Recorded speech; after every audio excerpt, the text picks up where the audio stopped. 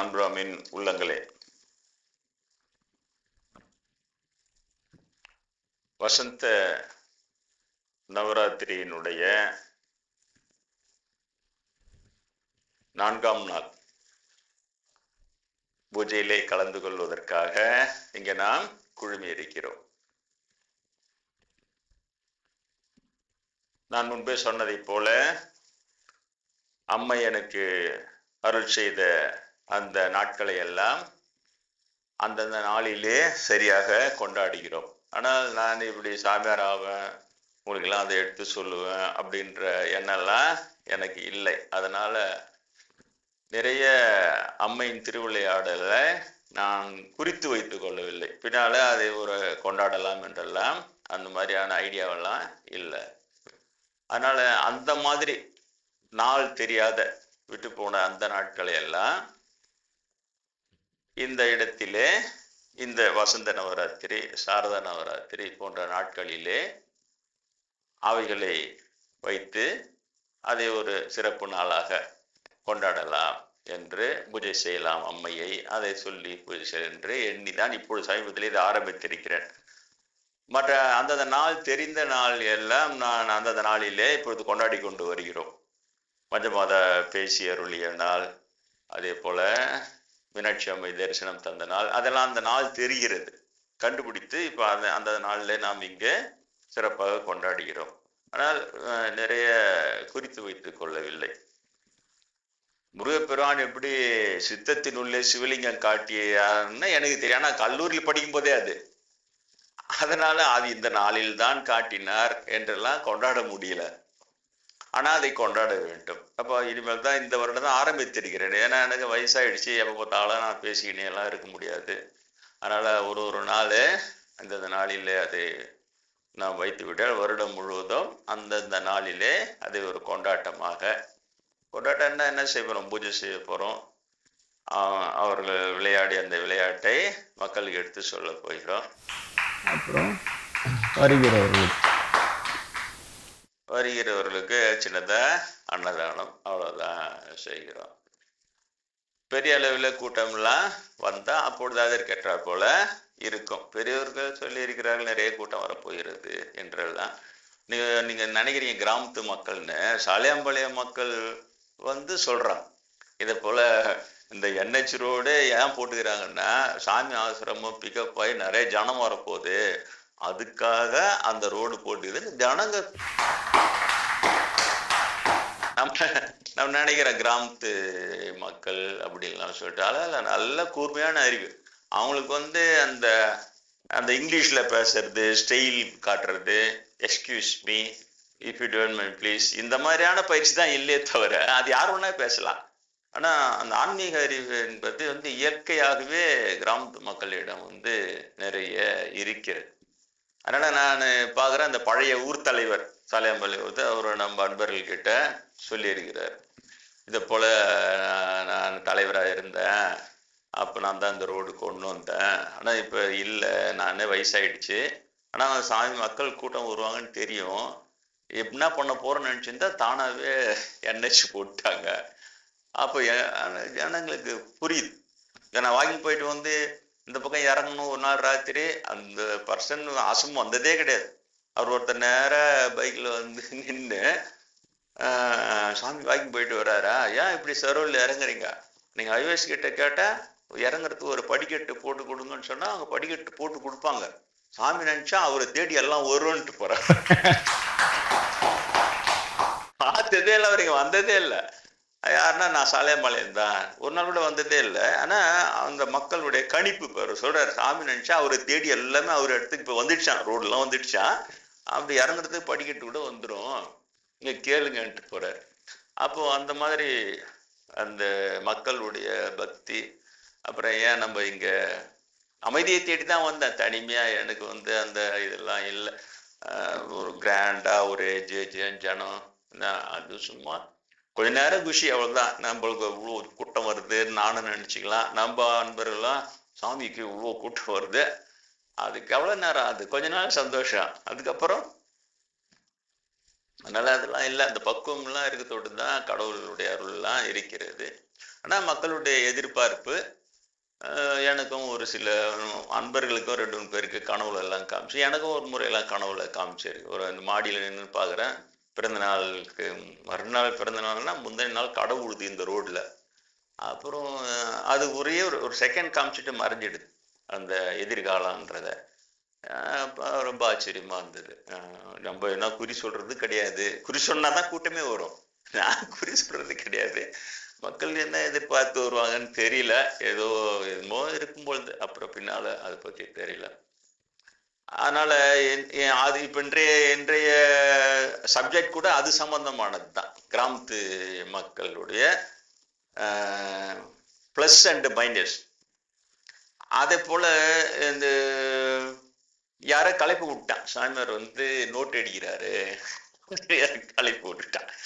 நான் இங்கே நம்முடைய அன்பர் டைப்ரைட்டிங் என்னோட கிளாஸ்மேட்டு தான் வளனூரில் டைப்ரைட்டிங் இன்ஸ்டியூட் வைக்கவே, நான் சும்மா இருக்கிறேன், தமிழ் டைப்பிங் கற்றுக்கிறேன். அப்போ அந்த காலத்துலலாம் பிஇலாம் டைப்ரைட்டிங் தெரியாது. இந்த பிஏ பிஎஸ்சி படிக்கிறவங்க தான் டைப்ரைட்டிங் எதுன்னு குமாஸ்தா வேலைக்கு போவாங்க. நாங்கள் இன்ஜினியரிங் ஸ்டூடெண்ட்ஸுக்கு வந்து எங்களுக்கு டைப் பண்ணுறதுக்கு வேலையே கிடையாது, கம்ப்யூட்டர்லாம் கிடையாது. அதனால நாங்கள்லாம் டைப்ரைட்டிங்கே கற்றுக்கிறது கிடையாது. அதனால் நான் வந்து அன்பர்கிட்ட தமிழ் டைப்பிங் கற்றுக்கலான்னுக்கிறேன், கொஞ்சம் கொடுங்களேன் அப்படின்னா ஒரு போர்ட்டபிள் தமிழ் டைப் மிஷினும் அது கற்றுக்கிற புஸ்தகம் கொடுத்தாரு.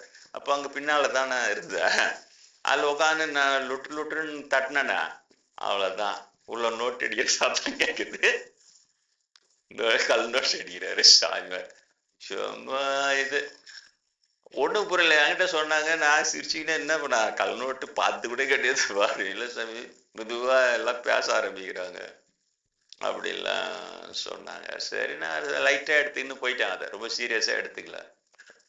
அதுக்கப்புறம் தான் 2 வருஷம் கழிச்சு நம்ம துரை வந்து சொன்னார், சாமி நான் இளங்காடு போய் நான் சாமி கிட்ட போகிறேன்னு அந்த நோட் அடிக்கிறாரு, அந்த சாமியாரான்னு கேட்குறாங்க. சார் அப்போ இது இளங்காடுலாம் அப்படி போயிருக்கிறேன், அங்கெல்லாம் இந்த மாதிரி. அப்போதான் வந்து அம்மன் கிட்ட லேசா வேண்டிக்கினேன். நான் வந்து தனி ஆளு என்ன, நான் போய் ஊரா இந்த வதந்தி தான் இருக்கு ரொம்ப டேஞ்சர். அது அப்படியே நம்ம மக்கள் வந்து வதந்தி பிரியர்கள், எதையுமே மிகைப்படுத்தி பேசணும்.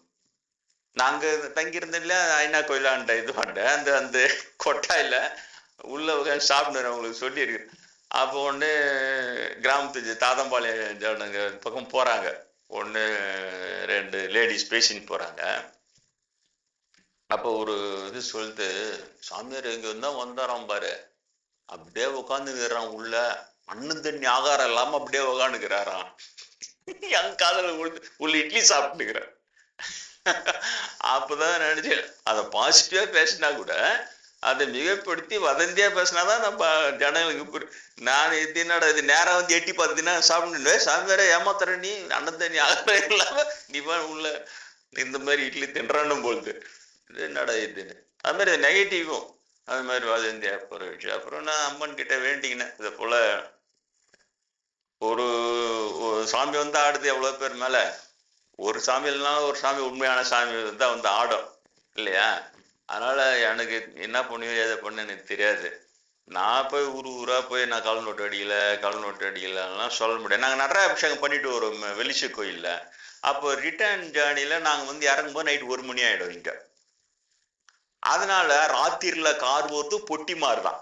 அது அப்படியே என்னடா இது சொல்லிட்டு அப்பதான் அம்மன் கிட்ட வேண்டிக்கின, நீ பார்த்து யாரன் மூலமா இறங்கி சொன்னினாதான் இதுக்கு ஒரு முற்றுப்புள்ளி வரும், இல்லைன்னா என்னால போய் இதெல்லாம் சரி காட்ட முடியாது. ஏன்னா வதந்தி தான் இருக்குல்ல, ரொம்ப பெரிய டேஞ்சர், அது ஸ்பீடா பரவிடும். அது அப்புறம் வேண்டிய ஒரு 6 மாசம் இருக்கும்.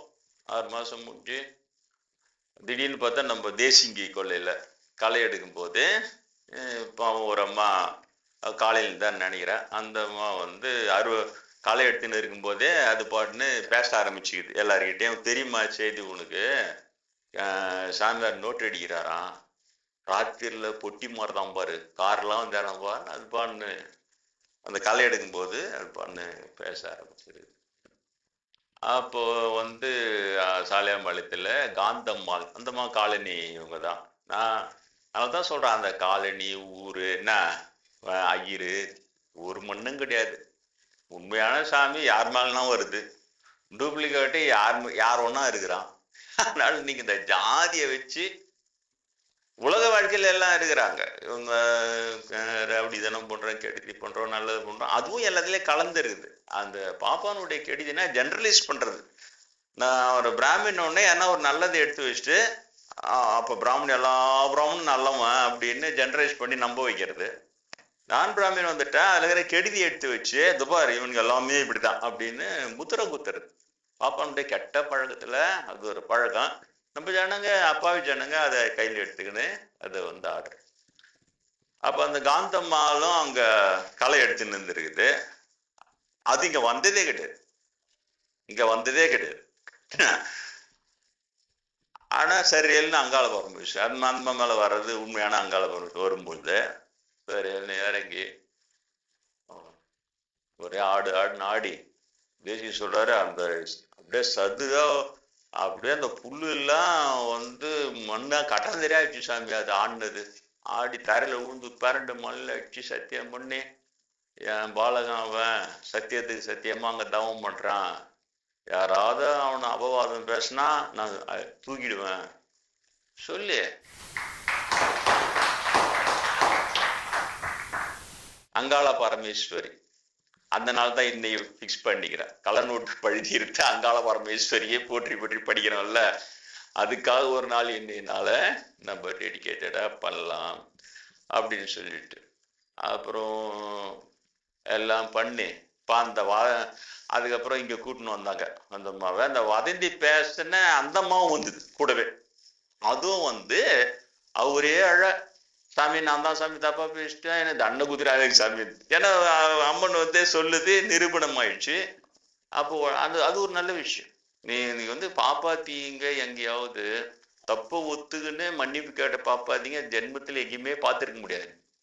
நம்ம ஜனம் தான் தப்புன்னு செய்யும், தப்புன்னு தெரிஞ்சோன்னா உடனே மன்னிப்பு கேட்கும். ஏன்னா தெய்வ குத்தம் அதுக்கான பயம்லாம் நம்ம மக்களிட அதிகம். ஏதாவது தப்பாயிட போகுது, ஏதாவது தண்டனை கழிச்சிட போகுது. அப்புறம் அந்தம்மா அதுவும் ஒரே அழுது என்ன மன்னிச்சிடுங்க சாமி, நான் தான் சாமி தப்பா பேசிட்டேன் சாமி, எனக்கு தண்டனை கொடுத்துடாதீங்க சாமி. அதான் ஒன்றும் இல்லைம்மா, நான் எதுவும் கொடுக்கறது இல்லை, நீ தெரிஞ்சுக்கினா போதும் அப்படின்னு சொல்லிட்டு அந்த இது பண்ண. அது நிறைய சொன்னாங்க. அது போல அந்த அட்ரஸ்லாம் சொல்லிட்டான். அந்த மூலமடையாண்ட ஒருத்தன் வாத்து மேய்ச்சின்னு சாமியாரை தப்பா பேசினா, இந்த ஊரு இந்த அட்ரஸ் இந்த பேரு அங்க போய் விசாரி, அவன் இன்னைக்கு இல்ல பாரு, நான் தான் அவனை அடிச்சு தூக்கணும்னு சொல்லிதான் அட்ரஸோட. அப்போ எனக்கு எவ்வளவு சந்தோஷமா இருக்கும். அப்போ நான் உங்ககிட்ட என்ன பேசும்போது நான் என்ன பேசணும் நான் இல்லையா? நீ அங்காள பரமேஸ்வரி சுடுகாட்டுல போய் ஒரு சக்கரம் போட்டு ஒரு மந்திரம் போட்டு ஜி பூம்பா அப்படின்னு இப்படியா பண்ண. நான் இப்பவும் சொல்றேன் இல்லையா, எந்த கடவுளா இருந்தாலும் சரி, அம்மையா இருந்தாலும் எந்த கடவுளாக இருந்தாலும் உள்ளம் தான் அவங்க பாக்குறாங்க, எண்ணம் தான் அவங்க பாக்குறாங்களே தவிர இவங்க சொல்ற மந்திரம் மாயும் தெரியுதா, சக்கரம் சமஸ்கிருதம் அப்புறம் ஜாதி கடவுளை வச்சு ஒண்ணுமே ஒரு மண்ணும் கிடையாது. என்னோட அதிர்ஷ்டம் அந்த காலினி அந்தம்மா மேல அது இன்னும் ஆடி மேய்ச்சின்னு சாதாரணமா தான் இருக்கு. இது ஒரு பெரிய பியூட்டி. அது அப்படியே அது மாதிரிதான் இருக்குது. இதே ஒரு பிராமின் கம்யூனிட்டில ஆச்சுன்னா அது ஜெகன் மாதான்னு அது தூக்கின்னு போயிட்டு இருப்பாங்க ஒரு ஆசிரமம் வச்சு அது ஒரு பண்ணி. எனக்கு தெரிஞ்சு இப்படி இயல்பாவே இருக்கிறது தான் நல்லதுன்னு எனக்கும் படுது. அப்ப அவங்க கிட்ட அந்த தெய்வ நிலையம் அவங்க ஏதோ ஒரு அவங்க தன்மையினால் ஈர்க்கப்பட்டு உண்மையான தெய்வம் இறங்குது அவங்க மேல, அவ்வளவுதான். மற்றபடி எல்லாமே இருக்குது, எல்லா கச்சாமுச்சா எல்லாமே இருக்குது அங்க. ஆனாலும் இந்த தெய்வம் சரியா இறங்கி அது பேசு. அப்புறம் இங்க கூப்பிட்டு முன்னே அப்புறம் கூட வந்தவங்க கேட்டாங்க, தேசிங் தான் கூப்பிட்டு வந்தார், சாமி இந்த மாதிரி ஆயிடுச்சு சாமி, எங்க நாளத்தில் தான் களை எடுக்கும் போது இந்த மாதிரி ஆச்சு, இந்த மாதிரி கூப்பிட்டு என்ன. அப்ப கூட இன்னொரு அம்மா கேட்டது, இது ஆசிரமம் விளங்குமா பின்னால அப்படின்னு. ஏன்னா இங்கே இல்லை சாமி விளங்கிடுச்சுடி, இன்னும் என்ன விளங்க போகுது, விளங்கிடுச்சு, இந்த இடம் பாரு எப்படி ஜெகன் ஜோதியா இருக்க போகுது. அங்காள பரமேஸ்வரி கொடுத்த வாக்கு அது. இன்னைக்கு பாருங்க, இல்ல நான் வரும்போது இது எப்படி இருந்துச்சு, இப்ப பாரு ஆசிரமமா அதுவும் ஊர் மக்கள் பெரும்பாலும் சாலியாம்பாளையத்தில் தான் பேசுறாங்க. அந்த இடம் எப்படி இருக்குன்னு எங்களுக்கு தெரியும். பொதாரங்கு தரமா, கையை தொட்டா பாம்பு, காலை வச்சா பாம்பு. அதுல சாமியா இருந்தாரு, அதுவே ஒரு தனியா வந்து பார்த்துன்னு போவாங்க. உங்களை புதர் அப்படித்தான் இருக்கும். நான் ராத்திரில போயிட்டு யூரின் பாஸ் பண்ணிட்டு அந்த பக்கமா அந்த அப்படி அந்த மூட்டில் ஏறி வந்தேன்னா ராந்தல் தான். நான் இங்கே வரும்போது நான் வச்ச கண்டிஷனு, எல்லா சாமியாரையும் எப்படி கெட்டு விட்டுறாங்கன்னா, அவங்களுக்கு வசதி வாய்ப்பு செஞ்சு கெட்டு விட்டுறாங்க ஜனங்க. சாமி சாமின்னு சொல்லிட்டு அவங்களுக்கு வந்து நீ அதை வச்சுக்கோ, இதை வச்சுக்கோ, ஏசி வச்சுக்கோ, டிவி வச்சுக்கோ, என்ன காரு வச்சுக்கோ, பங்களா வச்சுக்கோன்னு எல்லாம் கொடுத்துட்டோம்னா அவன் தனியா உட்காந்து யோசிக்கிறான். எல்லாருக்கும் பொண்டாட்டி மட்டும்தான் இல்ல, சரி ஒரு வேலைக்காரியை வச்சுக்கிறான். சரிதா, அப்போ கம்ப்ளீட் ஆயிடுச்சு. இப்ப அவன் சாமியார சம்சாரியா. அதனால நான் இதெல்லாம் படிச்சு கொண்டே வரவே நான் இவங்க கிட்ட எல்லாம் சொன்னேன்ப்பா, நான் பிஏ அதுவும் சாதாரணமா இல்லை, யூனிவர்சிட்டி ஃபர்ஸ்ட் நானு. ஆனா தாத்தா சொத்து எவ்வளோ இருக்குது, அதெல்லாம் உதிரிட்டு நான் வந்துக்கிறேன்னா இதுக்கு ஆசைப்பட்டா வருவான் யாருன்னா? இல்ல. தவ வாழ்க்கையில அமைதியா இருக்கிறதுக்காக ஆஞ்சநேயர் காட்டின இடம், அதனால வந்துருக்கிறேன். வந்து நீங்க ஈபி கூட கரண்ட் கூட இழுத்து கொடுக்க கூடாது. அதே மாதிரி ஒரு வீடு கட்டித்தரேன் அது கட்டித்தரேன்னு சொல்லக்கூடாது. கொம்பு நட்டு ஒரு கொட்டாயை போட்டு சவுக்கு கொம்புல படுக்கிறதுக்கு கிட்டே அதில் வைக்கா போட்டு அதில் ஒரு பெட்ஷீட்டை போட்டு இப்படிதான் இருப்பான். இந்த மாதிரி பாரதிசும்பாளையம் இளைஞர்கள் எல்லாமே அதை நல்லா செஞ்சு கொடுப்பாங்க. என்ன கேட்கறேன், அந்த மாதிரி ராந்தல் தான் வச்சுப்போம், யாரும் எலக்ட்ரிசிட்டிலாம் இழுக்கு. இப்போ ராந்தல் எடுத்துன்னு வெளியில போயிட்டு அந்த மூடில் ஏறும்போது என்னடா பல இருக்குது. எனக்கு தாண்டி வந்தவொடனே திரும்பி பார்த்தா கருணாக அப்படியே கரு பட்டு இருக்கும். ஓ பெருசா, அலையும் தெரியாது வாழும் தெரியாது, அதை தாண்டி வந்திருக்கேன் நாங்க. அந்த மாதிரி அந்த புதார்ல அந்த பாம்பு மெரிக்காமலே நான் போய் எல்லா கடவுள் செயல் தான், எதுவுமே தெரியாது. எனக்கு பயமும் இருக்காதுடா, அண்ணாடா திடுக்குன்னு அது. அப்ப அதையே ஜனங்க அதிசயமா பேசும். அது கையை வச்சா பாம்பு, அதுல ஒரு சாமியார் இருக்கிறாருன்னா இவ்வளவு வருஷமா பெரிய விஷயம்டான்னு பேசு. அப்புறம் அது அந்த மாதிரி அது எப்படி வதந்தி யாரோ பரப்ப போய் அப்புறம் நான் ஆனா இப்ப எல்லாம் வந்து போச்சு. எதெல்லாம் வானானோ ஆதியாலாம் இப்ப வந்துடுச்சு. ஏசி மட்டும் வச்சுக்கல, யாரு கேட்டாலும் ஏசி வானா, இயற்கையான இதுலயே நான் இருக்கிறேன், எவ்வளவு முடியுமோ தாக்கு பிடிக்கிறேன். ஒரு 65-70 வயசு ஆகும்போது என்னால முடியலன்னா அப்போன்னா ஏசி வச்சுக்கலாம் அப்படின்ட்டு சொல்லி இன்ன வரைக்கும் டைட்டா இருக்கிறேன். மேல கன்ஸ்ட்ரக்ஷன் கூட எலக்ட்ரிஷியன் கேடார் ஏசின்னா பிளக்லாம் வையு, ஆனா நான் முடிஞ்ச வரைக்கும் இயற்கையாவே இருக்கணும்னு பாக்குறேன். அது தாக்கு பிடிக்க முடியலன்னா அப்படின்ட்டு சொல்லி இருக்கிறேன். உங்களுக்கு தெரிஞ்சதுதான், காரு எல்லாமே என் தாத்தா நிலத்தை விற்று சென்னையில எங்க தம்பி கொடுத்த காசுல தான் நான் கார் வாங்கினதுன்றது வச்சிருக்கிறது. மேல கன்ஸ்ட்ரக்ஷன் கூட என்னுடைய அந்த தாத்தா இதுல சொந்த காசுல தான் கட்டுறேன். நம்ம அன்பர்கள் எல்லாம் கேட்டு போறேன், நான் இருக்கிற போர்ஷன் நான் கட்டிக்கிறேன், மீதி ஒன்னா இப்ப இந்த புத்தர் மண்டபம்லாம் கட்டுறாங்க இல்லையா, அதெல்லாம் ஒன்னா நீங்க அன்பர்கள் சேர்ந்து கட்டுங்க. இல்லைன்னா ஊர் சுத்துல சாமியாரு அப்படியே சொகுசா கும்மால் அடிக்கிறான்றான், எந்த இடத்துல வளர்ந்து பேசிடுவான். அப்ப பதில் சரியா இருக்கணும், எல்லாம் ஒரு சொந்த காசுல தான் அவர் வந்து கட்டுறாரு. ஸோ அது தனி என்ன, அது தனி விஷயம். அது இப்போ ஏஜ் ஆகிடவே அதெல்லாம் நான் பார்த்துட்டு எனக்கு பாரு அந்த அதிர்ஷ்டம் சரியா எங்கள் தாத்தா சொல்லிதான் சாமியார் ஆகணும். பெருசாகி 3 வயசுல 3ஆம் கிளாஸ் படிக்கும்போது சொல்லிட்டு சாவுறாரு, பெருசாகி சாமியார் ஆகிடு கல்யாணம் பண்ணிக்காதான்ட்டு. அது அப்படியே நான் சொல்ற ஞாபகம் வச்சு அப்படின்றாரு. அதே மாதிரி தானாவே ஆயிட்டேன். அப்போ அதுக்கு ஒரு கிஃப்ட் மாதிரி அந்த தாத்தா சேர்த்து வச்ச சொத்து தான் அதெல்லாம். எனக்கு சிட்டி ஆகிடவே நல்ல விலை போகுது. சும்மா ஒரு கிரவுண்டு தான் விற்று கொடுத்தானுங்க தம்பிங்க, அது அவ்வளோ காசு இருக்குது. சரி அப்போ தானா வருது, எனக்கு வசதியா வேணும்னும் போதும் நான் இந்த மாதிரி பண்ண மாட்டேன்னு தெரியும்ல பெரியவங்களுக்கு. கலெக்ஷன் பண்ணி அந்த காசுல சொகுசுன்றதெல்லாம் இயல்பிலே இல்லை. அதனால பொழுது அப்படி நினைச்சுக்கிறது. அதனால இவங்க இப்படி காணப்படுறாங்க நம்மளுக்கு பெரியவங்க அப்படின்னு சொல்லிட்டு. கார் வாங்கி போனா மஞ்ச மாதா காரேட்டா கேட்குறாங்க. ஃபர்ஸ்ட் போன கார் வாங்கியிருக்கிற பொழுது உண்ணாமலை அம்மன் வந்து போகும்போது அவங்களும் கார் நல்லா இருக்குது அப்படின்னு அவங்கள சொல்றாங்க. அதுதான் எனக்கு சந்தோஷம், வேற ஒண்ணும் கிடையாது. எலிவந்த பிரான் காண்பார்க்கு எளியோனே காணார்க்கு அரியோனே. இப்ப கடவுள் சாமி எல்லாம் அந்த அளவுக்கு பேசுமா? காரு வாங்கிருக்கிறோன்னு ஆசீர்வாதம் பண்ணோமா? அப்ப இவரோ நினைச்சினாரு டபக்குன்னு கலரி விடுறான் பாப்போம். புரியுதா? அதுக்கு ஒரு 4 பேர் இருக்கும் அப்படின்ட்டு சொல்லுவோம். இன்னும் எவ்வளவு பேர் அவங்க வந்து காரணம் இல்லாத சொல்லுவாங்களா அப்படின்னும் இவன் என்ன. ஏன்னா அந்த மாதிரி அவங்கள நினைச்சுக்கிற பைத்தியமும் இருக்குதான். நான் இல்லைன்னு சொல்லவே இல்லை இல்லையா? சாமியார் ஆயிட்டான்ட்டு உடனே சாமி சொல்லிச்சு பூமி சொல்லிச்சுன்னு இருக்கிறவங்களும் இருக்குதான். அதுக்கு நான் என்ன பண்றது? புரியுதா? அப்ப காண்பார்க்கு எளியோனே காணார்க்கு அரியோனே அப்படின்னு சொல்லிட்டு அதான் ஞாபகம் வச்சுக்கணும். அப்பர் சுவாமிகள் பாரு, கடவுளை தெரிந்தவர்களுக்கு கடவுள் மிகவும் எளிவந்த பிரான் அப்படின்னு சொல்லுவாங்க. இப்ப கடவுளை தெரியாதவங்களுக்கு அவங்க எங்கேயோ இருக்கிறாங்க. புரியுறது உங்களுக்கு? நிரூபணத்துக்காக தான் மற்றவங்களை வச்சு விளையாடி காட்டுறது. மாத்திரை பேர் சொன்னாங்க மஞ்சள் கனவுல வந்துன்னு உடனே அதை எழுதி கொடுத்தான அப்புறம் அதை போய் வாங்கினது இருக்குது அந்த மாத்திரை. அதை போட்டின உடனே ஃபுட் பாய்சனால உடனே மலைக்கு பறந்துடுறேன் நான். இப்போ அது நிரூபணம். ஏன் வாங்கிட்டு வரவங்களுக்கு வாங்கிட்டு வந்தார் இன்னும் இருக்கிறாரு, அவர் சொல்றாமா சாமி எழுதி கொடுத்தாரு, அதை போய் நேஷனல் படியில் கொடுத்தா இதுனா ஸ்பெஷலிஸ்ட் கொடுத்த மாத்திரை கால்டரி ஷீட்ல வாங்கிட்டு வர எழுதினு வர. யார் எழுதி கொடுத்தது? சாமி தான் எழுதி கொடுத்தாரு. சாமி கொடுத்தாரு. அவர் எப்பயாச்சும் பார்ப்பாரு, நல்லா சாமி கொடுத்தாரா அப்போ சரியாதான் இருக்குன்னு அவர் கொடுத்து அனுப்புறாரு. ஒரு மாத்திரை போடனே ஃபுட் பாய்சன்ல வாந்தி பேதி ஆயினுக்குது. அவங்க சொன்னா ஒரு மாத்திரை போடணுன்னே நல்லா என்ன பறந்துரு. தெரியுதா? அப்ப அது மட்டும்தான் ப்ரூவிங்.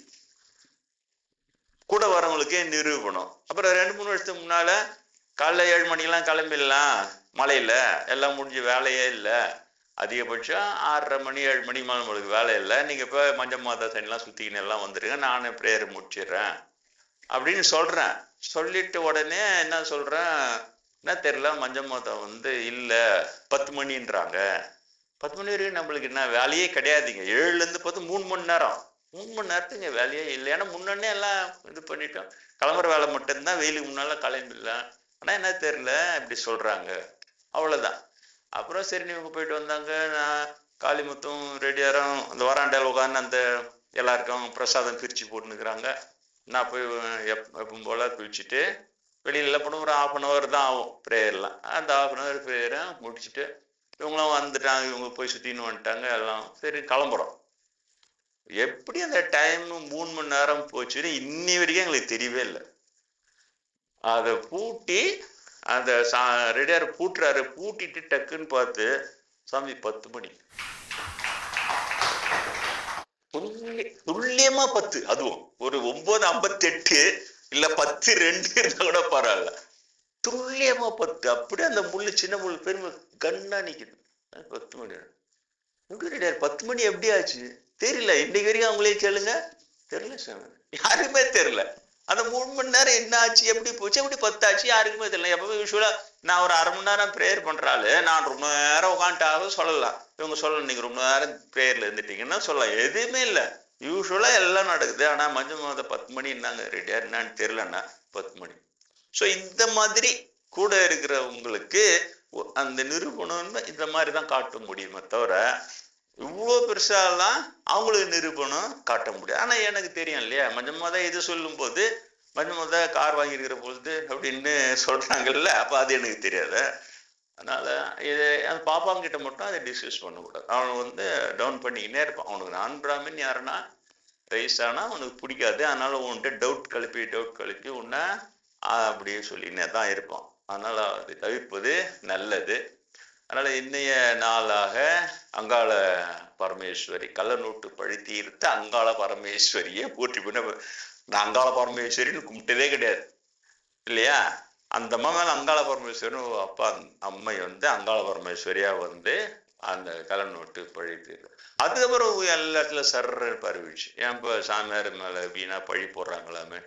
நம்ம கௌதம் வந்து விழுப்புரம் போகிறாரு. அவர் சொல்றாரு, விழுப்புரம் சேட்ஜி ஒருத்தர், நாங்களாம் அவங்களாம் ஒன்றுமே கிடையாது சாமி, அவங்க பெரிய ரிச், அவங்க அவரு காதுல போயிட்டு இருக்குது. அவரு கேட்கிறாருன்னா இப்போ அங்க அர்பிஷம்பாளத்தன் ஒரு சாமியார் இருக்கிறாராமே, அவருக்கு வந்து நோட்டு அடிக்கிறாருன்னு பழி போட்டு அப்புறம் அம்மன் வந்து இறங்கி சாமி ஆடி சொல்லிச்சாங்கப்பா. அவ்வளவு பெரிய சாமியார் ஆகும் அவருக்கு.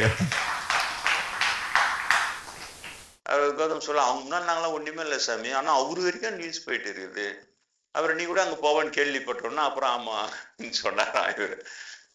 புரியுதா? அந்த அளவுக்கு போயிடுவேன். அந்த வதந்தின்றது பத்தியா அப்படியே ஃபுல் ஸ்டாப் வந்துடுச்சா. இப்ப நான் உங்களுக்கு என்ன சொல்லி கொடுக்கணும்?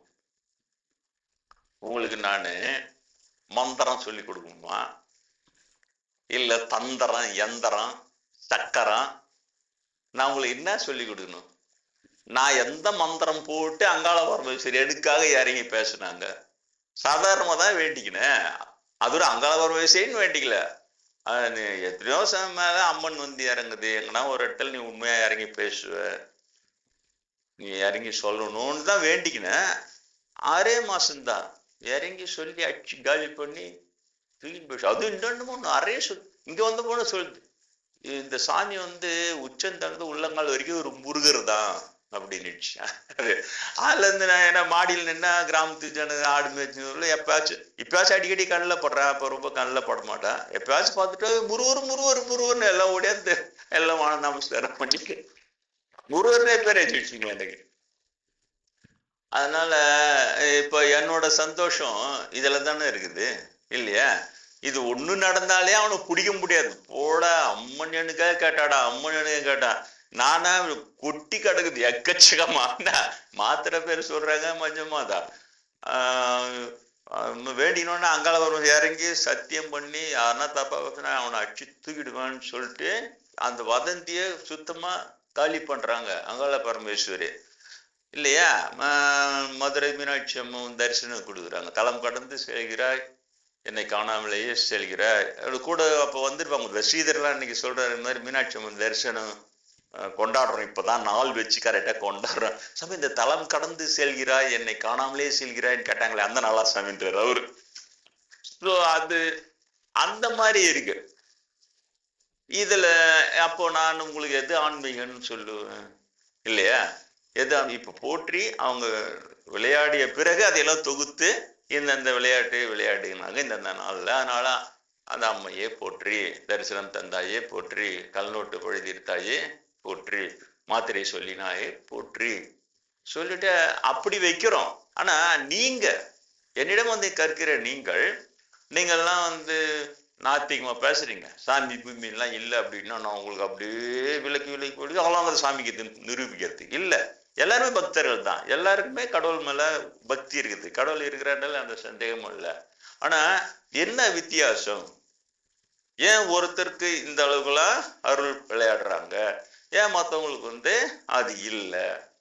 அதுதான் நான் உங்களுக்கு புரிய வைக்கும், அதுதான் புரிய வைக்கிறேன். அந்த அளவுக்கு அந்த அம்மையின் அன்பை பெற வேண்டும் என்றால் நாம் எப்படி நடந்து கொள்ளுங்கள், அதுதான் நீங்க சிந்திக்கணும். இது கொண்டாடுறோம், சந்தோஷப்பட்டுக்கிறோம், இன்னைக்கு இது பண்ணிக்கிறோம். நானும் எங்கன்னா ஒரு 50 வாட்டி சொல்லியிருப்பேன் இதை. இன்னைக்கு என்ன சொல்றேன், 51வது வாட்டி சொல்லும் போது நீங்க புதுசா கேட்டா எவ்வளவு சந்தோஷமா கேட்பீங்களோ அப்படி கேட்குறீங்க. அதான் பக்தி. நானும் எனக்கும் சொல்றதுக்கு சலிப்பு வரல, உங்களுக்கும் கேட்கறதுங்களுக்கும் சலிப்பு வரல. அது வந்து பக்தி. ஆனா அது ஏன் சொல்றோம், எதுக்கு சொல்றேன்? நான் சந்தோஷப்பட்டுக்கிறேன் பாடுற. அப்ப நான் அந்த கெத்து காட்டலாம் தானே, போட அங்காள பரமேஸ்வரி காப்பாடையனுக்காக இல்லையா? அந்த தகவல் வந்தது, ஜெயந்தரர் வந்து கலோனன்னு ரெசல்யூஷன் பாஸ் பண்ணாரு இவங்க மேலே அப்படின்லாம் நியூஸ்லாம் வந்தது, எல்லாம் பண்ணேன். நான் அப்படியே பயந்துன்னு உட்காந்து இருப்பேன். ஐயோ என்ன பண்ணிட்டாங்களா, என்ன பண்றது? அதை போட்டதில்ல, அதுல ஒரு பாப்பா காமெண்ட் போடுறான், பிராமணர்கள் உன்னை கொலை பண்ணிடுவோங்கன்னு உங்களுக்கு பயமா இருக்கோ? அறிவாளி அனுபவத்தை சொல்லுவானா, தவம் செஞ்சு அம்மை எண்ணி தியானம் செஞ்சு குரு கிட்ட பக்குமாயம் சொல்லுவானா, கமெண்ட் மட்டும் தூக்கத்திலே வந்து அடிப்பானா பார்ப்போம். புரியுதா? கமெண்ட் அடிக்கிறாராம் அவரு. அப்புறம் பயமா இருக்கும். அறிவாளிங்க இவங்க எல்லாம். புரியுதா? இதே மாதிரிதான் நிறைய பேர் வீணாக்கி வள்ளல் பெருமானை போட்டு அவ்வளோ கொடுமைப்பட்டு, அந்த காலத்துல இதெல்லாம் இல்லை, அதனால நிறைய எவிடன்ஸ் எல்லாம் இல்லை. அந்த நீங்க நான் சிதம்பரம் தானே படிச்சேன், அந்த கதையா பேசும் சிதம்பரம் ஏரியா, வடலூர் ஏரியா எல்லாம் வள்ளலார பிராமணனுங்க அவ்வளோ கொடுமைப்படுத்தினான்னு, இம்சப்படுத்தினானுங்க. அப்படி கத்தி எடுத்துன்னு வெட்டுறன்ட்டான் தெத்தின்னு வந்து அவர் போய் ஒளிஞ்ச கிணறு உள்ள இருந்து உள்ள, அதுக்கப்புறம் அவனுக்கு போன உடனே உள்ள பிள்ளையா இருக்கிறாரு எடுத்து வச்சு கும்பிடுங்க சக்தி வாய்ந்த பிள்ளையாருன்னு சொல்லிட்டு போறாரு. அது இன்னும் இருக்குது மேலே வீதியில அந்த கார்னர்ல வள்ளலார் கட்டிய விநாயகர்னு வச்சிருக்கு. அந்த கதையெல்லாம் எழுதி போட முடியாது, ஏன்னா பிராமின் இதுல இருக்கவே விட மாட்டாங்க அதை. ஆனா வெறுமனே வள்ளலார் காட்டிய விநாயகர்னு வச்சிருக்கிறாங்க. நாங்க அங்கதான் இருந்தோம், அந்த இதுலதான் எங்களுக்கு தெரியும். அங்க இருக்கிற ஜனங்க அப்புறம் தான் எல்லாம் சொல்றாங்க. இது போல சிதம்பரம் தீட்சை செய்யற தப்பெல்லாம் ஒரு சொல்ல ஆரம்பிச்சாரு. இது மாதிரிலாம் திருடக்கூடாது அதெல்லாம் சொன்னோன்னே வெட்டுறதுக்கு கூட இருந்தாங்க அவங்க. அப்போ இந்த மாதிரி அந்த பிள்ளை கிணத்துல இறங்கி ஒழிஞ்சு தப்பிச்சிட்டாரு. அப்புறம் அவங்க உள்ள சக்தி வாய்ந்த பிள்ளையா இருக்கிறாருன்னா அந்த பிள்ளையார் இன்னும் வச்சிருக்கோம் வள்ளலார் கட்டி வினா. இது மாதிரி எக்கச்சக்கமா எங்க போனாலும் வல்லார இவங்க ஏதாவது ஒரு கொடுமைப்படுறது அதுல இருந்து கடவுள் காப்பாற்றி இருப்பாரு. அது அங்க அப்படி அப்படியே பேசுவான். அந்த மாதிரி இப்ப இந்த நிலையில இருக்கிற நானு இதை நான் இவ்வளவு சொல்ல வர போட்டியில இவ்வளவு படிக்கிறீங்க, இதுல ஒன்னே ஒண்ணு ஒருத்தனுக்கு இருந்தா கூட அவனை பிடிக்க முடியுமா? உடனே கலெக்ஷன் தான், உடனே ஒரு டாப் சாமியார் அப்படியே ஹெலிகாப்டர்ல பரப்புவாரு அவரு. எனக்கே சொல்றாங்க பெரியவங்க, கொலா கழிச்சு நீங்க ஹெலிகாப்டர்ல இருந்து இறங்கு வைங்கன்றாங்க. அது என்னன்னு எனக்கு தெரியல. ஹெலிகாப்டர்ல இருந்து அது சந்தோஷப்படுற விஷயமா என்னன்னு தெரியல. ஆனா பெரியவங்க சொல்றாங்க அந்த இப்ப இந்த ரூம் மாதிரி கட்டிக்கிறோம்ல காத்துல அடிச்சுல, அங்க வந்து ஹெலிகாப்டர் வந்து இறங்கிறது அந்த இடம் சரியா இருக்கும். அப்படி என்ன ஏது ஒன்றும் புரியல எனக்கு. பெரியவங்க காட்டுற வழி அவ்வளவுதான், அவங்க விட்ட வழி அப்படின்னு போயினாரு. ஆனால் நீங்களும் மற்றவர்களும் கடவுள் இருப்பது உண்மை. கடவுள் நாம் சரியாக இருந்தால் கடவுளின் பார்வையில் நாம் சரியாக இருக்க வேண்டும், குருநாதரின் பார்வையில் நாம் சரியா இருக்க வேண்டும். முதல்ல இதுதான் முக்கியம். பாப்பான் பார்வையில தேரணும்னு என்னவே என்னதாங்க அது முடியாத காரியம். அதே மாதிரி ஊர் மக்கள் இப்ப இந்த கல்நோட்டு அடிக்கிறாங்கன்னு வதந்தி பேசி அவங்க பார்வையில தேரணும்னு நினைக்காதீங்க. நம்ம சரியா இருந்தா அந்த கடவுள் ஏன்னு இறங்கி கேக்குதா இல்லையா? இது சின்னோடு விஷயம்தான். இந்த கல்நோட்டு அடிய பழின்னு சொல்லி, ஏன்னா அந்த வந்தி பேசுற அந்த மாதிரி வந்து மன்னிப்பு கேட்டு போகுது, அழுவுது, என்ன தண்டனை குத்துறாதீங்க உடனே புரிஞ்சிடுச்சு அதுக்கு. ஆனா அந்த ஏனென்று கேட்பேன் நானே சரஸ்வதி தேவி பாப்பானுக்கு செஞ்ச அநியாயத்துக்காக சுனாமி வர வச்சு கேட்டாங்கல்ல நடராஜர் அபிஷேக். இன்ன வரைக்கும் அந்த பாப்பானு உணர்ந்தானுங்கன்ற நம்ம இந்த மாதிரி நிறைய கெடுத்தோம் கரெக்டா ஆருத்ராக்கு சுனாமி வந்து கரெக்டா சாமி கரைச்சி திருப்பி அமைச்சுது எல்லாருக்கும் தெரியும். ஆனா அது மாதிரியான கூட அவனுதான் இருக்கிறானுங்க. ஒரு குருநாதர் சொல்றாரு கடவுளுக்கு சிறிது கோபம் வந்து விட்டது அப்படின்னு சொல்லிட்டு. ஆனா திருந்திருப்பானுங்கன்ற ஈரல் கூட திருந்த மாட்டான். அதான் பிராமணன் நான் பிராமண வித்தியாசம். எரர் இஸ் ஹியூமன், தவறு செய்யறதுதான் மனிதன். அதை பிராமணனும் செய்வான், நான் பிராமணனும் செய்வான். ஆனா நான் பிராமின் மக்களுக்கு தவறு சுட்டி காட்டப்படும் பொழுது அவன் உடனே திருந்துவான். திருந்துகிறவன் தான் மனிதன். திருந்திய வாழ்க்கை அமிழ்தன் இனிதன் பழமொழியே இருக்கு. திருந்துகிறவன் தான் மனிதன். ஆனா பாப்பான் திருந்த மாட்டான், அப்படியே ஸ்டப்பன்னா இருப்பான். ஆமா அப்படிதான் நடந்து இப்ப என்ன சொல்றான், அப்படி சின்னதாகிடுவான். என்ன பண்ண சொல்றான், அப்படியே பாதையில போயிட்டே இருப்பான். அதனால்தான் நான் அதுக்கப்புறம் இதெல்லாம் பார்த்ததுக்கு அப்புறம் தான் என்னோட ட்ரெண்டை மாத்தின அன்பு நான் பிராமின் உள்ளங்களேன்னு ஆரம்பிக்கிறேன். ஏன்னா அன்புன்னா அது நான் பிராமின் மக்கள் கிட்டதான் இருக்குன்னு தெரிஞ்சுக்கினேன். எக்ஸம்ஷனல் விதிவிலக்கு குருநாதர் பிரம்மேந்திர பிராமணரா இருந்தது விதிவிலக்கு, அவ்வளவுதான். ஆனா அவரு என்ன எப்படி வளர்க்குறாரு, பிராமணன் கூட சேராம இருந்தா நீ வேற குரு தேடி போயிட்டு அவரு தெளிவா இருக்கிறார். பிராமணன் கூட சேர அவர் பேச்சு கேட்காம, ஏன்னா நம்ம முகதாட்சியன் நம்மகிட்ட வந்து எப்படி இருக்கீங்க ஏதா இருக்கீங்கன்னு வந்து பேசும்போது நம்மளால மூஞ்சு காட்டின்னு வர முடியாது. அதனால அவங்க கிட்ட பேச சில பேர் கையை பிடிச்சிப்பாங்க. அப்படியே அந்த மாதிரி ஒருத்தர் கையை பிடிச்சி அமெரிக்காவிலேருந்து வந்தார் அவரு. உடனே தாசர்னு வந்து அப்படி கையை பிடிச்சினாரு. பிடிச்சின்னா அவர் பேசிட்டு கிளாஸுக்கு உட்காந்தோட செம்ம ஃபயர் விட்றாரு. பெரிய அமெரிக்க ஜனாதிபதியும் ரஷ்ய அதிபர் அப்போ வந்து கோர்பச்சேவே இருந்தார். கோர்பச்சேவை மீட் பண்றாங்க, அப்படியே கை குளிக்கிறாங்க. அப்பதான் கடுமையா சொன்ன, நான் சொல்றதை கேட்பதாக இருந்தால் எங்க வா, இல்லைன்னா நீ வேற குருவை தேடின்னு போயிடு. என்னடா எவ்வளவு கடுமையா சொல்றாரு சாமி, பிராமணரா இருந்தா நான் பிராமணருக்கு தொட்டு நீ பிராமணெல்லாம் கண்ணை போட்டுன்னு அதுன்னு அவசியமே இல்லை. எனக்கு ஒரு பெரிய ஒரு கட்டை உடச்சி தூக்கி போட்டார் சாமி. நான் பிராமணர்கள் கண்ணை மூடின்னு சப்போர்ட்டிவா பேசுவேன். பிராமணன் கம்யூனில தான் இவ்வளவு மகான் இருக்கிறாங்க போறாங்க வராங்கன்னு எங்க தந்தையார்கிட்ட.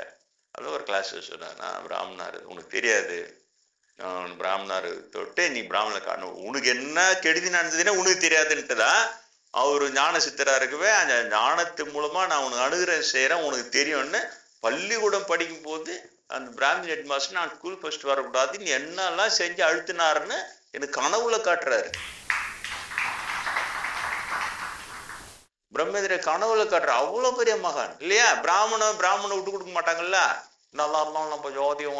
ஆனா அவரு தான் எனக்கு புரிய வைக்கிறதுக்காக, உனக்கு என்ன அநீதி நடந்ததுன்னு உனக்கே தெரியல, நான் உனக்கு அருள் செய்யறேன், அப்பதான் உனக்கு புரியும். அப்புறம் தான் பார்த்தா 15 வருஷம் கழிச்சு சினிமா மாதிரி ஓடுது. அவர் ஹெட் மாஸ்டர் வந்து எப்படி என்ன அமுக்குனாரு, அந்த இதுல ஸ்கூல் ஃபர்ஸ்ட் வராத பண்ணாரு.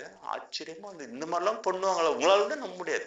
அந்த பிராமண கெடுதின்றது அவ்வளவு அமுக்கமா எல்லாத்தையும் செய்வான், வெளி உலகம் தெரியாது. இப்ப இதே குருநாதருடைய அருள் பெறலைன்னா எனக்கு தானே தெரியாது. அங்கேயும் இப்ப தெரிகிறதா ஏன் ஆன்மீகம் தேவைப்படுகிறது. வெறும் கல்நோட்டு பழிக்கு அங்காள பரமேஸ்வரர் வந்தது மட்டும் இல்ல, அந்த பாப்பர் அநியாயம் பள்ளிக்கூடத்திலேயே குழந்தைங்க லெவல்லயே அவங்க எப்படி பிரைட்டா நான் பிராமின் அழுத்திட்டு பிராமின் பசங்களை தான் ஸ்கூல் ஃபர்ஸ்ட் வர வைக்கிறாங்கன்ற அந்த வஞ்சகம் குருநாதர் எனக்கு அழுகுன பண்ணலைன்னா 15 வருஷம் கழிச்சு எனக்கு அதுக்காண்டி காட்டலைன்னா எனக்கு இன்னமும் தெரிஞ்சே இருக்காது. நான் சாமியாராய் வரேன், அவரு ஸ்டேஷன் மாஸ்டரா இருக்காரு. அப்படி வந்து என்ன சுவாமிகளே அப்படின்னு பேசிட்டு போறாரு. நான் எதுவுமே அதை பத்தி பேசல. என்ன சார் இந்த மாதிரிலாம் அநியாயம் பண்ணீங்க எல்லாம் பேசல. சரி நல்லா இருக்கிறீங்களா சார்? நல்லா இருக்கிறோம் வந்துட்டு அவ்வளோதான் நம்முடைய இது அது கிடையாதுன்னு சொல்லு. ஆனா நீங்க தெரிந்து கொள்ளுங்க. அதுதான் நான் நேத்திவ கூட அதை என்ன சொன்னேன், நாம் உண்மையாக இருந்தால், நாம் கடவுளுக்கு உண்மையாக இருந்தால் யார் சர்டிஃபிகேட் நம்மளுக்கு தேவையே இல்லை. நம்மிடம் ஒரு பொய் வந்து சேரும் பொழுது உடனே ஏதோ ஒரு ரூபத்துல ஒரு உண்மையும் வந்து சேர்ந்து விடுகிறது. நம்மை பற்றி யாருன்னா களங்கம் பேசும்போது அங்காள பரமேஸ்வரன் நான் இருக்கிறேன்னு இறங்கி கேட்கிறேன் இல்லையா, கேட்டு அதை இது பண்ண. இதுதான் நீங்க கத்துக்க வேண்டிய பாடம்.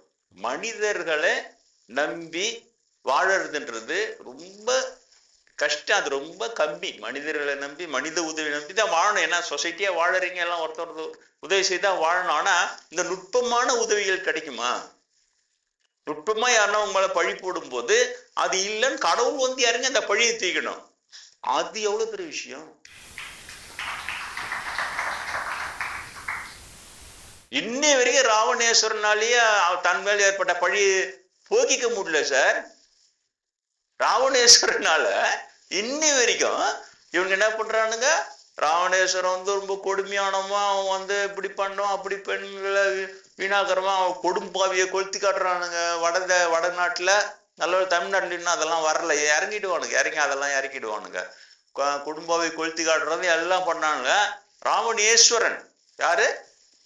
ராவண ஈஸ்வரன், ஈஸ்வர பட்டம் வாங்கினவன். நீ நானு சொல்ல அற்பு சுவாமி குப்பு சுவாமி ஈஸ்வரன் சொல்லுவாங்களா யாருன்னா? 4-5 பேர் தான் ஈஸ்வர பட்டம் வாங்கினாங்க. நந்திகேஸ்வரர், சண்டிகேஸ்வரர், சனீஸ்வரர், புரியுதா? அந்த மாதிரி ஒரு 4-5 பேர் தான் ஈஸ்வர பட்டம். அதுல ஒருத்தர் ராவணேஸ்வரர்.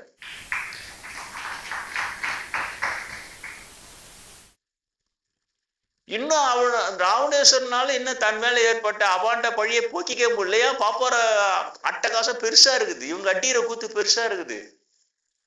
ராமாயணம் எழுதுறதும் அது இது பண்றதும், அப்புறம் அது என்ன ஆதி புருஷன்னு கொண்டு வந்து ராமாயணத்திலே இருக்குது. ராவணன் வந்து பிராமணன் இருக்குது. அது எப்படி சாத்தானுங்க அந்த பொய்யன்னு தெரியல. ஆனா நீ ஆதி புருஷல பாத்தீங்கன்னா ராவணேஸ்வரன் பூணுலயே போடாம காட்டுவான். ஏன்னா பூணூலோட காட்டா பிராமணன் அடையாளம் தெரிஞ்சிட போகுது. இவ்வளவு தில்லு முள்ளு திருட்டுதானே இருக்கிறவனுங்க இவனுங்க. இவங்களை கூப்பிட்டு வந்து உங்களுக்கு அப்படியே ஊடு கொடுத்தன போறதுக்கு அவனை மந்திரம் முதறானுங்களாம், கல்யாணத்துக்கு மந்திரம் வரலாம், அந்த மந்திரத்தெல்லாம் நீங்களாம் நல்லா இருக்கிறீங்கன்றான். எங்க நல்லா இருக்குது நாடு? எங்க நல்லா இருக்குது? இல்லவே இல்லை. ராவணேஸ்வரன் என்ன சந்தித்து சொல்லலைன்னா எனக்கே தெரியாது. அதுதான் சொல்றேன், கடவுளை நம்பினோர் கைவிடப்படாருன்னா.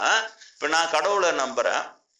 நான் வந்து அந்த ரெட்டிஃப்ல ஒரு கேள்வி, நான் ராவணேஸ்வரன் பிராமின் தான் நான் நினைச்சுட்டு இருக்கிறேன்.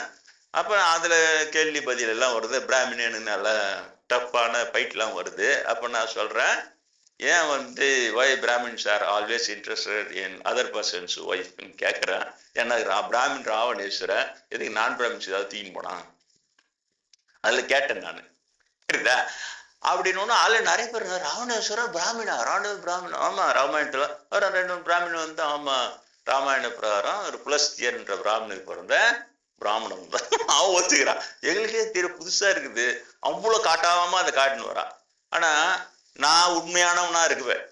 நான் போட்ட தவறான செய்தியா இருந்தாலும் நான் உண்மையிலேயே நம்பினேன். அதை ஏற்கனவே ஆஞ்சநேயருடைய இதெல்லாம் பெற்றிருக்கிறேன், அந்த அருள் எல்லாம் பெற்று, ராமருடைய அருள், சீதா பிராட்டி என்னுடைய அருள் எல்லாம் பெற்றிருக்கிறேன்.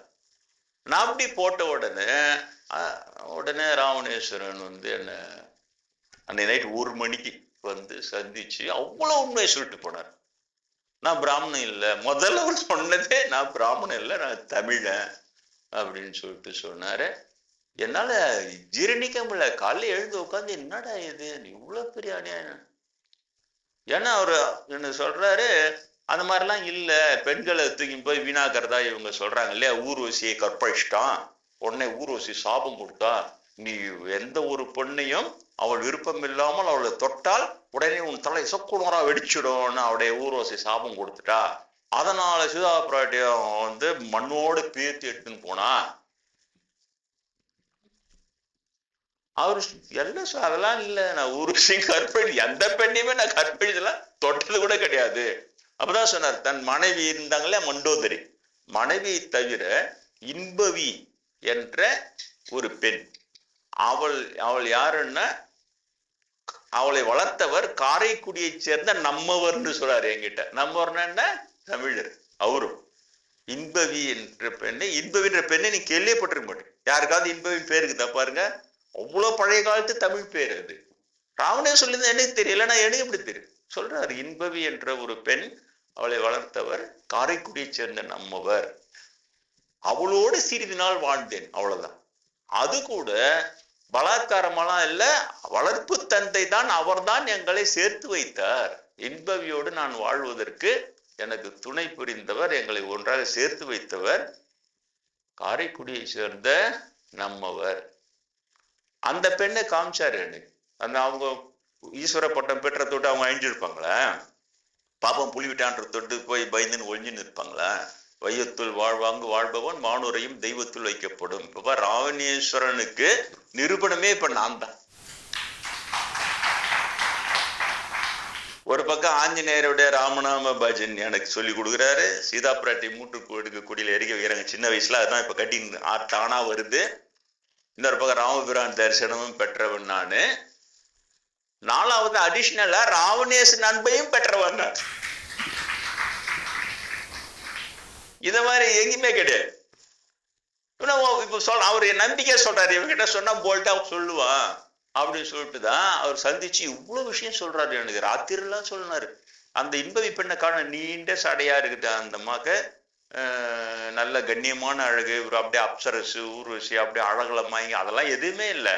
அந்த மாதிரி அநேகமா ஒரு தவசி பெண்ணா தான் இருக்கணும், தவம் செய்யற ஒரு பெண்ணா இருக்க. இவர் ராவணேஸ்வர ஈஸ்வர பட்டம் பெற்றவரா இருக்குவே, இவங்களுக்குள்ள பொருத்தமா இருக்கணும். அவங்க காரைக்குடியை சேர்ந்து அவங்க வளர்ப்பு தந்து இவங்களை சேர்த்து வச்சிருக்கணும். அந்த காலத்துல பலதாரமனன்றது சாதாரண விஷயம். அதுவும் மன்ன அவள் சொல்ற இவ்வளவுதான் மனைவி. அது இல்லாம இன்பவியோடு சிறிது நாள் வாழ்ந்தேன்னு தான் சொல்றாரு. இன்பவி கடைசி வரைக்கும் மனைவியாலாம் இல்ல, சிறிது நாள் அவளோடு வாழ்ந்தேன் ஏற்றமா சொல்றார். அந்த இன்பையோடு வாழ்ந்தத அவர் பெருமையா சொல்றார். அப்ப அவள் மிகச்சிறந்த பெண்ணா இருக்கணும், அவள் மிக சிறந்த குணவதியா இருக்கணும். அதனால அவளோடு வாழ்ந்ததா அவ்வளவு பெருமையா என்கிட்ட சொல்றாரு. சொல்லிட்டு இதெல்லாம் இல்ல, இவங்க சொல்ற மாதிரி அந்த பெண்களை கெடுக்கிறவன், அது இவனுக்கு பார்த்தா சினிமாவில் எழுதி ராமாயண கதை எழுதி அந்த இது அப்படியே கொடூரமா காட்டி ஐயோயோன்னு கத்தனா அப்படியே பூச்சி தாரத்தானேன்னு போனா என்ன தாண்டா நடக்குது? இவங்களை என்னதான் பண்றது? இவங்களை நீங்க சொல்லி என்னதான் பண்றது? எஸ்டாப்ளிஷ் பண்றான்னு பாரு. 1000 வருஷமா எஸ்டாப்ளிஷ் பண்றாங்க சார் ஒரு பொய்ய. ராவணேஸ்வரன் ரொம்ப பரிதாபம் இருந்தது. இந்த 1000-2000 வருஷமா ராவணேஸ்வர தெய்வநிலையில எல்லாம் பார்த்து எவ்வளவு மனசு கொமஞ்சிருந்தா இது யார்கிட்ட சொல்றதுன்னு தெரியாம இவ்வளோ வருஷம் கழிச்சு என்ன சந்திச்சு ஆயிட்டு சொல்றது. அந்த பெண்ணே எனக்கு காமிச்சாரு. தெய்வ உலகத்துல இருக்கிறாங்க, அவங்க இன்னும் வாழறாங்க. வையத்துள் வாழ்பவன் அவனோட தெய்வத்தில் வைக்கப்படுறது அவங்க உதாரணமா இன்னும் வாழறாங்க. என்னிடம் சொல்லிட்டு எனக்கு ஒன்றும் புரியல. அப்போ ஆஞ்சநேயர்கிட்ட கேட்டுங்கிறேன், ராமபிரான்கிட்ட கேட்டுங்கிறேன், இது எப்படி நான் உலகத்துக்கு எடுத்து சொல்லி உடைச்சி இது எல்லாம் இந்த அநியாயத்தெல்லாம் எப்படி நிறுத்துறது? ராவணேஸ்வரன் இப்ப நீங்க சொல்லுங்க. என்னிடம் நம்பிக்கை உள்ளவங்க, பல வருடமும் வருகிறவர்கள், உண்மையை தெரிந்தவர்கள், நீங்க சொல்லுங்க, ராவணேஸ்வரனுக்கு இழைக்கப்பட்டு கொண்டிருப்பது மிகப்பெரிய அநீதியா இல்லையா? இவ்வளவு உயர்ந்தோட இவ்வளவு கேவலமாக்கி அப்புறம் யூடியூப்ல கொஞ்சம் கொஞ்சமா தமிழனை தொட்டு சப்போர்ட்டிவா வருது. அதுல ஒரு சின்ன ஒரு விஷயம் என்னன்னா, ஒருத்தர் சொல்றாரு யூடியூப்ல பல ராமாயணம் இருக்கிறது. அதுல நேபாளத்துல ஒரு ராமாயணம் இருக்குது. அந்த நேபாள ராமாயணம் பிரகாரம் ராமபிரான சீதா பிராட்டிய அண்ணன் தங்கச்சிங்க. ராவணேஸ்வரனுக்கு திருமணம் செய்து கொடுக்குறாங்க சீதா பிராட்டிய. அவங்களுக்குள்ள என்ன பிரச்சனை வருதுன்னா, அந்த தட்சிணை கொடுப்பாங்கல்ல, அப்பெல்லாம் பெண்களை கட்டினா பெண் வீட்டுக்கு தட்சிணை கொடுக்கணுமா. அதை ராவணேஸ்வரன் கொடுக்க மாட்டேன்ட்டாராம். அதனால வந்த சண்டை அதுன்ட்டு ஒரு ராமாயணம். இன்னும் நேபாளத்தை பிரபலமான ராமாயணமே தான். இப்ப இவங்க கூட அயோத்தி கட்டி எல்லாம் பண்ணோம்னா நேபாள பிரதமர் சொன்னாரு, அது கிடையாது ராமர் பிறந்த இடம், எங்க நாட்டுல நேபாளத்துல இருக்கிற அயோத்தி. நேபாளத்துல ஒரு அயோத்தி இருக்குது, இதுதான் ராமர் பிறந்த இடம், இவங்க சும்மா ஏமாத்துறாங்கன்னு சொல்லிட்டு அவரும் இது பண்ணாரு. ஆனா நேபாள ராமாயணத்து பிரகாரம் இவங்க 2 பேரும் அண்ணன் தங்கச்சி. ராவணேஸ்வர மாப்பிள்ள முறையா சீதையை திருமணம் செய்தவன். அவங்க இந்த மாதிரி இதுல அவங்களுக்குள்ள ஏதோ பிரச்சனை வந்த உடனே தான் சண்டை வந்ததுன்னு அங்க ஒரு ராமாயணம் இருக்கு. அது மாதிரி ஒரு ராமாயணத்துல இந்த மலைப்பகுதியில ஒரு ராமாயணங்க தான். ஒருத்தர் தமிழ்நாட்டுல மலை ஜாதியினரிடம் ராமாயண பாடல் இருக்குது. அந்த பாட்டு பிரகாரம் ராமபிரானும் ராவணேஸ்வரனும் நண்பர்கள்.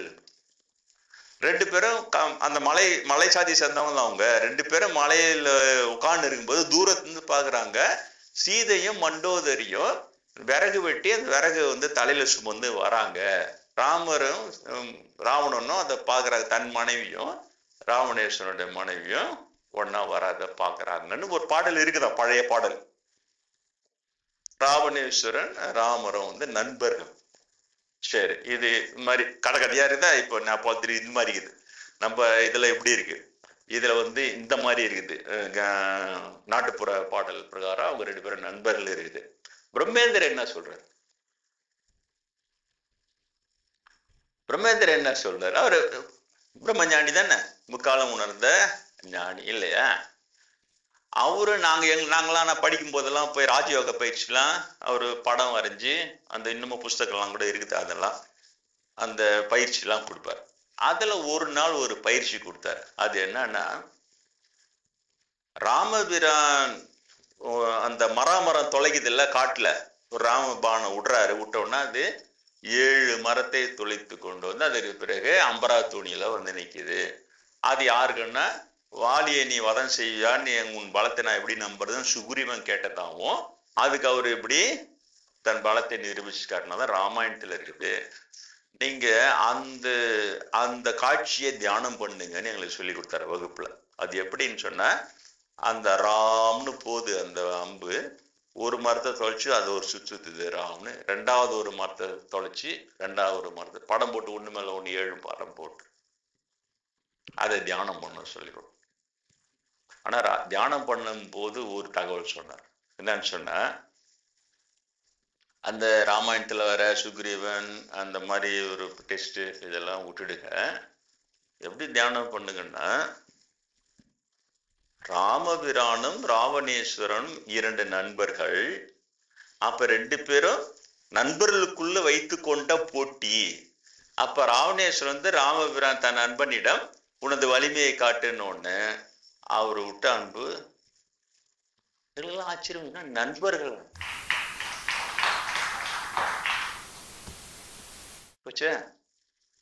அப்போ பிரம்மேந்திரருக்கு அப்ப இந்த உண்மைகள் தெரிஞ்சிருக்குது எங்கேயோ. இந்த ராமாயணம் உண்மையான ராமாயணம் இல்லைன்னா எங்களுக்கு அதை சொல்லி கொடுக்க போறாரு. என்ன இருக்குது, நீங்க போங்க பிரம்மேந்திர சொல்லி ராஜயோக பயிற்சி புஸ்தகம் இருக்குது, அதுல அந்த பராத்தை தொலைச்சு வர்றது இருக்குது.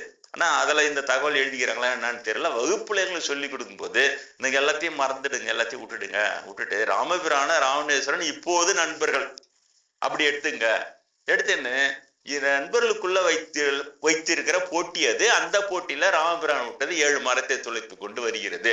அப்படியே அதை தியானம் பண்ணுங்கன்னு சொல்லி கொடுத்தா சார் எங்களுக்கு. இவ்வளோ வருஷம் கழிச்சு யூடியூப்ல பார்த்தா அது ஒரு மலை பாட்டுல இப்படி நண்பர்கள் இருக்குது. இப்ப நீங்க சொல்லுங்க, பாப்பாரம் எவ்வளவு அருவருப்பானவன் இல்ல, எவ்வளவு அருவருப்பானவன் இல்ல. மகான்கள் தெரிகிற உண்மையெல்லாம் வேறையாகுது, அவன் சமுதாயத்துல பரப்புறதெல்லாம் வேறையாகுது. அதுக்கு கதை எழுதி, ராமாயணம் எழுதி, சினிமா எடுத்து, நாடகம் நடத்தி என்ன ஆவறது ஜனங்களை?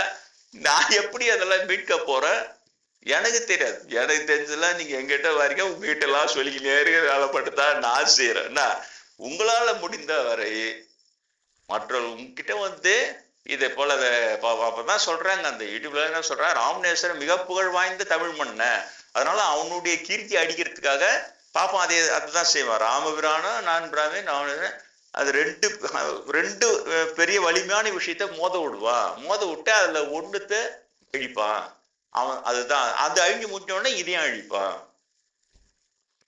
இதுதான் அவனுடைய வேலை. அதுக்காக உருவாக்குறது தான் இவனுங்களை ராமாயணன்றது.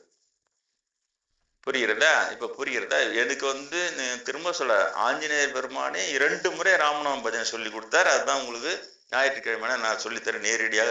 ஆஞ்சநேயர் சொல்லி கொடுத்த ராமநாம பஜனை இந்த அளவுல இருக்கிற நான் ராவணேஸ்வரன் எவ்வளவு வெறுப்பா இருக்கணும், ராவணேஸ்வரன் எவ்வளவு வெறுக்கணும் இல்லையே.